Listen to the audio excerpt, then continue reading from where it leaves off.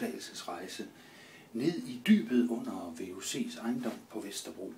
Vi skal følge dette prægtige spil Kakura på rette plads, nede i de dunkle kældergange, og vi starter som så ofte med at betjene os af den altid velkørende elevator, og vi er nu straks nede i det absolut skumleste og mørkeste af VUC. Vi træder nu her i kældersektionen, som jo, så længe lyset står på, virker tiltalende og indbydende, og ikke mindst som et rart sted at være. Vi kan også prøve at lave lydprøven hernede for at vise den atmosfære, der er herinde.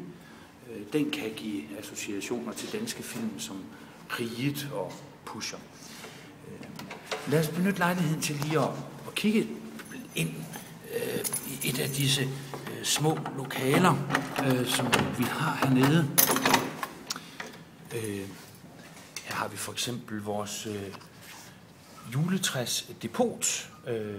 Mange vil jo måske tro, at juletræerne bare bliver pakket væk og ligger i en hengemt tilværelse det meste af året, men nej, de står her i pragt og trone, og cirka hver anden fredag så samles forstander, souschef og servicemedarbejderne til en tur rundt om træet. Vi skal også benytte chancen til lige at kigge herind i Vestre Manøvrerum, som der står på døren. Det er herinde årsagen til vigende varme skal findes. Det er simpelthen vores ultimativt nyeste friskluftanlæg, etableret tilbage i slut 60'erne. Og det er simpelthen her, vi finder årsagen til, at der engang imellem er varmt på skolen. Nå, vi bevæger os igen ud på gangarealerne, og vil nu bevæge os nedad mod destinationen for vores Kakura. Jeg skal lige vende det rigtigt. Det kommer der. Og vi skal helt herned for enden af gangen og en tur til højre.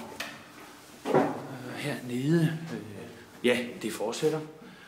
Og hernede skal vi jo så ind på et af de depoter, hvor vi opbevarer vores bogsamlinger. Og ja, korrekt, her er mørkt, her er dunkelt, her er spændende, her er en duft af noget ubestemmeligt, men i hvert fald rigtig meget kælder. Det var sådan set turen for vores lille Kakura, som nu har taget rejsen fra anden sal og her ned i dybet under VUC.